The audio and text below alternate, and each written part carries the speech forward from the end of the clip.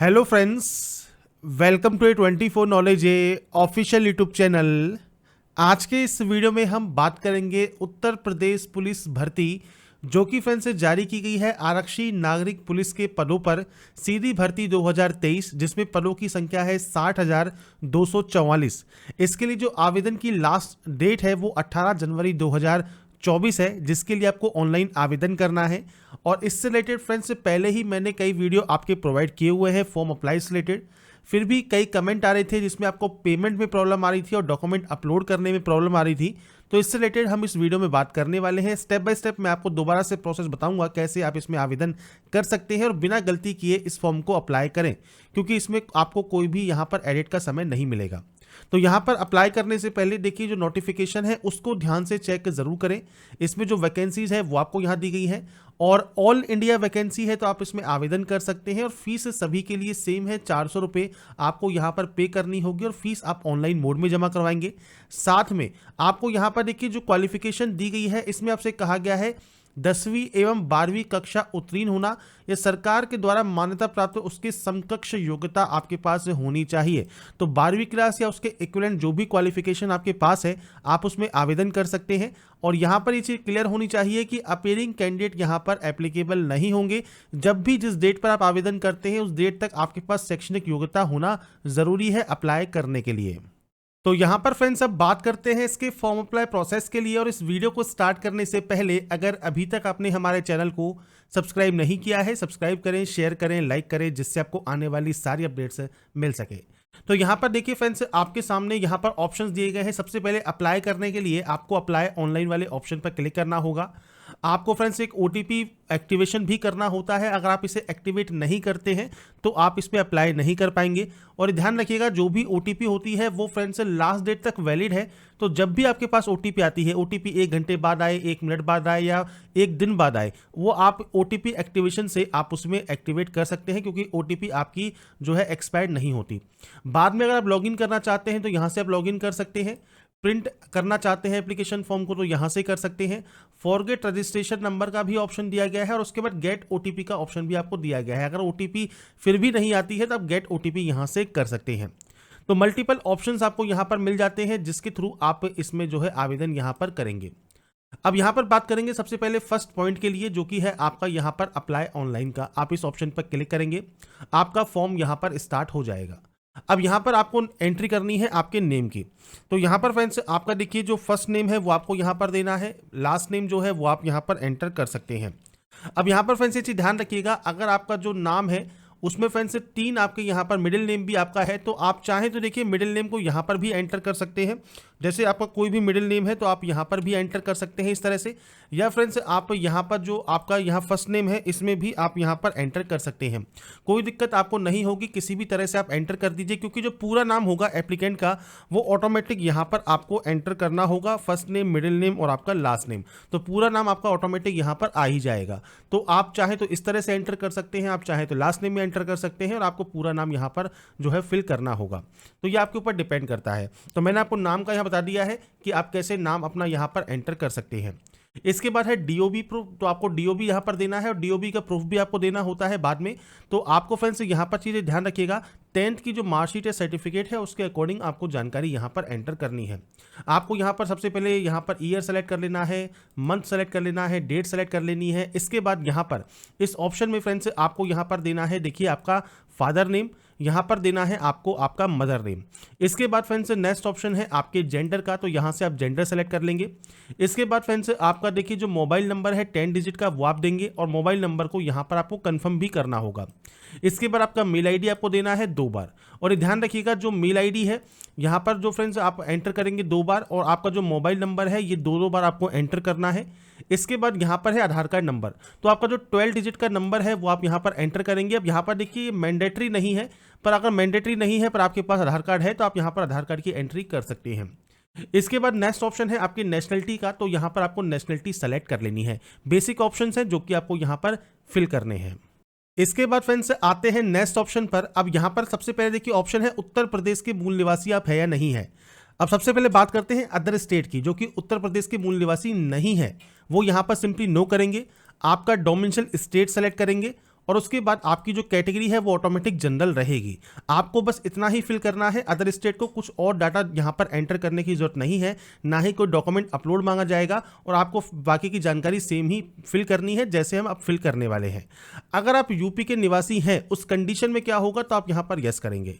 अब यहाँ पर फ्रेंड्स आपसे देखिए पूछा गया है, do you wish to claim reservation, आप रिजर्वेशन के लिए क्लेम करना चाहते हैं या एज रिलैक्सेशन में बेनिफिट लेना चाहते हैं under SC ST OBC EWS DFF ex serviceman category के अंतर्गत। तो अगर आप यहाँ पर देखिए, अगर आप छूट लेना चाहते हैं या नहीं चाहते हैं वो आप पे डिपेंड करेगा। अगर आप क्लेम नहीं करते हैं कोई भी रिजर्वेशन तो आप यहाँ पर नो कर सकते हैं, और उसके बाद नीचे आपकी कैटेगरी ऑटोमेटिक जनरल यहाँ पर रहेगी, क्योंकि आप कोई भी क्लेम नहीं कर रहे हैं SC ST OBC EWS का। अगर आप क्लेम करते हैं कि आप इन कैटेगरी से बिलोंग करते हैं तो आप यहाँ पर यस ही करेंगे। जैसे ही आप यहाँ पर यस करेंगे, इसके बाद 3 ऑप्शंस आपके सामने यहाँ पर ओपन हो जाएंगे। पहला जो ऑप्शन होगा वो होगा मूल निवास का, तो आपको मूल निवास की जानकारी देनी है। और देखिए आपसे कहा गया है क्या यहाँ पर कि जो डोमिसाइल सर्टिफिकेट है इशूइंग यूपी स्टेट अथॉरिटी, तो यूपी स्टेट की जो अथॉरिटी है उसके द्वारा ही ये जारी होना चाहिए। डेट ऑफ इशू और डोमिसाइल सर्टिफिकेट सीरियल नंबर ये आपको यहाँ पर देना होगा। तो बेसिक ऑप्शन है जो कि आपको यहाँ पर फिल करने हैं। अब आपका जो फ्रेंड सर्टिफिकेट होता है उसको फ्रेंड्स एक बार आप चेक कीजिए, उसमें आपको यहाँ पर देखिए जो डाटा मिलेगी उसमें आपको यहाँ पर देखिए जो डोमिसाइल सर्टिफिकेट इशूइंग अथॉरिटी है, डिस्ट्रिक्ट मजिस्ट्रेट या एडिशनल डिस्ट्रिक्ट मजिस्ट्रेट जो कि ADM है, या फ्रेंड्स SDM ने जारी किया है, तहसीलदार ने जारी किया है, तो उसकी जो मोहर या सील है वो आपको आपके उस सर्टिफिकेट पर देखने को मिलती है। उसके अकॉर्डिंग ही आप यहाँ पर ऑप्शन को सेलेक्ट करेंगे। इसके बाद कब ये इशू हुआ है, तो फ्रेंड्स ये पुराना भी हो सकता है, नया भी हो सकता है, तो ये आपके अकॉर्डिंग आपको यहाँ पर डाटा देनी है। ये कब आपका इशू हुआ है आप अपने अकॉर्डिंग यहाँ पर डाटा दे सकते हैं, क्योंकि मूल निवास पुराना भी चलेगा। इसके बाद डोमिसाइल सर्टिफिकेट सीरियल नंबर क्या है, तो वो फ्रेंड्स आपको यहाँ पर देना है। सर्टिफिकेट नंबर है तो सर्टिफिकेट नंबर दीजिए, सर्टिफिकेट सीरियल नंबर के तौर पर लिखा है तो सर्टिफिकेट सीरियल नंबर दीजिए। तो आपके मूल निवास पर जो भी डिटेल्स मेंशन है इससे रिलेटेड, उससे रिलेटेड आप यहाँ पर जानकारी प्रोवाइड कर सकते हैं। इसके बाद नीचे आएगा होम डिस्ट्रिक्ट, तो आपका होम डिस्ट्रिक्ट क्या है। इसके बाद कैटेगरी, अब देखिए जनरल है तो आप जनरल सेलेक्ट कर सकते हैं। इसके अलावा अगर आप EWS हैं तो आप EWS सेलेक्ट कर सकते हैं। EWS में भी सर्टिफिकेट किसने ये इशू किया है, सर्टिफिकेट इशू डेट क्या है, कैटेगरी सर्टिफिकेट सीरियल नंबर क्या है, और कैटेगरी एप्लीकेशन नंबर क्या है। तो ये फ्रेंड्स देखिए यहाँ पर मैंडेटरी नहीं है तो आप इसे ब्लैंक छोड़ सकते हैं। अगर आपके वहाँ पर एप्लीकेशन नंबर दिया है तो आप दीजिए, नहीं दिया है तो आप इसे ब्लैंक छोड़ सकते हैं। कैटेगरी सर्टिफिकेट सीरियल नंबर आपको देना जरूरी है, तो certificate serial number EWS certificate पर होता है, ऊपर आप देखेंगे आपको लेफ्ट हैंड साइड पर देखने को मिल जाएगा। तो यहाँ पर फ्रेंड्स देखिए मैं सिर्फ सैंपल के तौर पर मैंने किसी कैंडिडेट का यहाँ पर जो है डाउनलोड किया है गूगल से, और मैं आपको यहाँ पर शो कर रहा हूँ। जैसे आप यहाँ पर देख रहे होंगे सर्टिफिकेट नंबर, तो आपको देखिए सर्टिफिकेट नंबर यहाँ ऊपर स्टार्टिंग में ही देखने को मिल जाता है। तो आपका जो EWS सर्टिफिकेट है, इकोनॉमिकल वीकर सेक्शन का जो सर्टिफिकेट है, उस पर आपको सर्टिफिकेट नंबर देखने को मिल जाता है। तो यहाँ पर फ्रेंड्स आप उसकी एंट्री कर देंगे। इसके बाद आते हैं फ्रेंड्स, मान लीजिए आप SC ST है तो SC ST की जानकारी आपको देनी है, OBC है तो आप OBC यहाँ पर जानकारी प्रोवाइड कर सकते हैं। अब यहाँ पर देखिए आपको श्रेणी प्रमाण पत्र निर्गत करने वाला उत्तर प्रदेश राज्य का जो प्राधिकारी है उसकी जानकारी आपको देनी है, किसने ये इशू किया है। तो आपके सर्टिफिकेट पर सील या मोहर आप चेक कर लीजिएगा किसका वो सर्टिफिकेट है, किसने ये इशू किया है। इसके बाद आपका डेट ऑफ आपका जो है इशू क्या है। अब इसके लिए चलते हैं नोटिफिकेशन पर। तो नोटिफिकेशन पर आने के बाद देखिए फ्रेंड्स, अगर आपके पास EWS का सर्टिफिकेट है, EWS प्रमाण पत्र अगर आपके पास है तो ये वित्तीय वर्ष 2023-24 का होना चाहिए। ये आपको सबसे पहले स्टार्टिंग में ही कहा गया है, तो आपके पास ये लेटेस्ट होना जरूरी है। अगर आप बात करें फ्रेंड्स यहाँ पर आपके जो OBC सर्टिफिकेट है उसके बारे में, तो पेज नंबर 13 पर जब आप आते हैं तो यहाँ पर देखिए आपको मिलता है कि जो आपका OBC या अन्य पिछड़े वर्ग का सर्टिफिकेट है ये 1 अप्रैल 2023 के बाद का होना चाहिए, और आवेदन करने की अंतिम तिथि तक आपका ये बना होना चाहिए, तो ही ये वैलिड रहेगा। ये सिर्फ OBC कैंडिडेट के लिए है। अगर आप SC ST कैंडिडेट के अगर आप अभ्यर्थी हैं और आपके पास कोई भी सर्टिफिकेट है स्टेट का, वो फ्रेंड्स कभी कभी बना हो तो आप अपलोड कर सकते हैं, उसकी डाटा आप दे सकते हैं, कोई भी दिक्कत यहाँ पर आपको उससे नहीं होगी। तो यहाँ पर फ्रेंड्स देखिए मैंने सैंपल के तौर पर आपके सामने जो कास्ट सर्टिफिकेट है वो शो कर दिया है। तो यहाँ पर देखिए आपको आवेदन क्रमांक भी मिलता है और प्रमाण पत्र सर्टिफिकेट नंबर भी आपको मिलता है। तो दोनों ही नंबर्स आपको यहाँ पर अवेलेबल होते हैं सर्टिफिकेट में, वो आप यहाँ लिख सकते हैं। और ये किसने जारी किया है उसकी जानकारी भी आपको यहाँ पर देखिए देखने को मिल जाती है। तो आपको फ्रेंड्स इसके अकॉर्डिंग ही आपको जानकारी यहाँ पर फिल करनी होती है फॉर्म में। तो अपने कास्ट सर्टिफिकेट पर जानकारी को चेक करें, उसके अकॉर्डिंग ही डाटा को फिल करें। इसके बाद फ्रेंड्स नेक्स्ट ऑप्शन है DFF का, मतलब डिपेंडेंट ऑफ फ्रीडम फाइटर का, तो आप यस या नो कर सकते हैं। अगर आप यूपी गवर्नमेंट एम्प्लॉई हैं और आपके पास रिक्वायर्ड सर्टिफिकेट है तो आप यस कर सकते हैं और अपनी जानकारी प्रोवाइड कर सकते हैं, किसने ये इशू किया है और कब इशू किया है, उसकी जानकारी आपको देनी होगी। इसके अलावा होमगार्ड में आपने 3 वर्ष की न्यूनतम सेवा की है तो कौन से अधिकारी ने ये जारी किया है प्रमाण पत्र, आपका अनुभव प्रमाण पत्र कब आपका जो है इशू हुआ है और प्रमाण पत्र संख्या क्या है वो आपको देना है, नहीं तो आप इसमें भी नो करेंगे। एक्स सर्विसमैन है तो यस कर सकते हैं। आपका डेट ऑफ ज्वाइनिंग क्या है, डिस्चार्ज सर्टिफिकेट किसने इशू किया है और डेट ऑफ डिस्चार्ज क्या है ये आपको देना है, नहीं तो आप इसमें भी नो करेंगे। इसके बाद आता है क्वालिफिकेशन। अब देखिए हाई स्कूल क्वालिफिकेशन है तो आपको यहाँ पर देखिए देना है सबसे पहले बोर्ड का नाम, तो मैं यहाँ पर जो डाटा है वो सिर्फ सैंपल के तौर पर लिख रहा हूँ, आपका जो एक्चुअल डाटा है वो आपको देना है। इसके बाद है month and year of passing, मतलब आपने इसको कब पास किया है, तो आपके अकॉर्डिंग जो भी month and year of passing आपका है वो आप यहाँ से सेलेक्ट कर सकते हैं, डन करेंगे आपका ये आ जाएगा। इसके बाद रिजल्ट आपका पास रहेगा, रोल नंबर आपको यहाँ पर देना है और उसके बाद सर्टिफिकेट या मार्कशीट सीरियल नंबर आपको देना होगा। तो अब यहाँ पर देखिए आपको स्लैश लिखा मिलेगा, तो सर्टिफिकेट नंबर आप दे सकते हैं या मार्कशीट सीरियल नंबर आप दे सकते हैं। अगर आप सर्टिफिकेट अपलोड कर रहे हैं तो सर्टिफिकेट नंबर आप यहाँ पर दे सकते हैं क्योंकि उस पर आपकी सारी जानकारी प्रोवाइड होती ही है, और अगर आप मार्कशीट दे रहे हैं तो आप मार्कशीट सीरियल नंबर यहाँ पर दे सकते हैं क्योंकि मार्कशीट आप अपलोड करेंगे। तो ये फ्रेंड्स आपको यहाँ पर आपके अकॉर्डिंग जो भी जानकारी आप देना चाहते हैं वो आप दे सकते हैं। इंटरमीडिएट, 12th या HSC वो आपसे पूछा गया है, तो फ्रेंड्स यहाँ पर आपको देखिए बोर्ड का नाम, आपके फ्रेंड्स से month and year of passing, result status, roll number और आपका जो है सर्टिफिकेट नंबर आपको देना होगा। अब यहाँ पर देखिए फ्रेंड्स कहीं पर भी इक्विवेलेंट नहीं लिखा है, सिर्फ लिखा है इंटरमीडिएट, 12th। अब यहाँ पर फ्रेंड्स 12th लिखा है, 10+2 नहीं लिखा और HSC लिखा है जो कि हायर सेकेंडरी क्लास आपका हो जाता है। तो फ्रेंड्स यहाँ पर देखिए इक्विवेलेंट नहीं लिखा है तो आप इक्विवेलेंट से इस फॉर्म को नहीं अप्लाई कर सकते, पर अगर आपके पास डिप्लोमा है, क्योंकि स्टेट गवर्नमेंट के अकॉर्डिंग पॉलिटेक्निक जो होती है वो फ्रेंड 10+2 के इक्विवेलेंट होती है, तो आप चाहें तो फ्रेंड्स अप्लाई कर सकते हैं। बाकी यहाँ पर आपको इक्विवेलेंट नहीं मिलता, पर नोटिफिकेशन में समकक्ष लिखा हुआ है, तो आप अपने अकॉर्डिंग यहाँ पर फॉर्म को अप्लाई करना चाहें तो कर सकते हैं। मैंने फ्रेंड्स फिर भी यहाँ पर जो है इनको मेल किया हुआ है, आप चाहें तो फ्रेंड्स जो टेक्निकल हेल्प डेस्क है इन पर फ्रेंड्स आप संपर्क कर सकते हैं, या फ्रेंड्स मोर क्यूरी पर आप जाएंगे तो यहाँ पर आप क्यूरी भी सेंड कर सकते हैं। आप अदर्स में जाएंगे और उसके बाद अपनी जो जानकारी है वो आप प्रोवाइड कर सकते हैं और 1 से 2 दिन के अंदर, 2 वर्किंग डेज के अंदर आपको रिप्लाई आ जाएगा, तो आप यहाँ पर भी कंफर्म कर सकते हैं। इसके बाद फ्रेंड्स आप आते हैं इस पोर्टल पर दोबारा से और आपकी जो 12th की जानकारी है वो आप यहाँ एंटर करेंगे। अब यहाँ पर देखिए DOCC का या NLT से कंप्यूटर में O लेवल प्रमाण पत्र है या नहीं है। अब आपसे क्लियर पूछा है O लेवल प्रमाण पत्र है या नहीं है तो ठीक है, यस कर दीजिए, जानकारी प्रोवाइड कीजिए, नहीं तो आप नो कर सकते हैं। टेरिटोरियल आर्मी में भी काम करने का अगर आपके पास यहाँ पर एक्सपीरियंस है तो आप उसकी जानकारी दे सकते हैं। और NCC का आपको सर्टिफिकेट मांगा है जो कि है NCC B सर्टिफिकेट, तो आपको यहाँ पर सर्टिफिकेट की जानकारी देनी होगी, नहीं तो आप इसमें भी नो करेंगे। इसके बाद सिंपली एड्रेस सेक्शन है, तो आपको फ्रेंड्स यहाँ पर आपका जो एड्रेस है वो आपको यहाँ पर एंटर करना होगा। अब एड्रेस में देखिए एड्रेस लाइन 1 आप लिखेंगे, एड्रेस लाइन 2 आप दे सकते हैं, यहाँ पर सिटी, टाउन या विलेज आपको देना है, स्टेट या यूनियन टेरिटरी कौन सी है, डिस्ट्रिक्ट कौन सा है, पिन कोड क्या है, ये आपको देना है।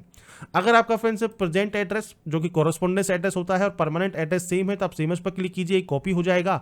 अलग अलग है तो आप अलग अलग एंट्री कर सकते हैं और उसके बाद प्रीव्यू एंड सबमिट आप यहां से कर देंगे।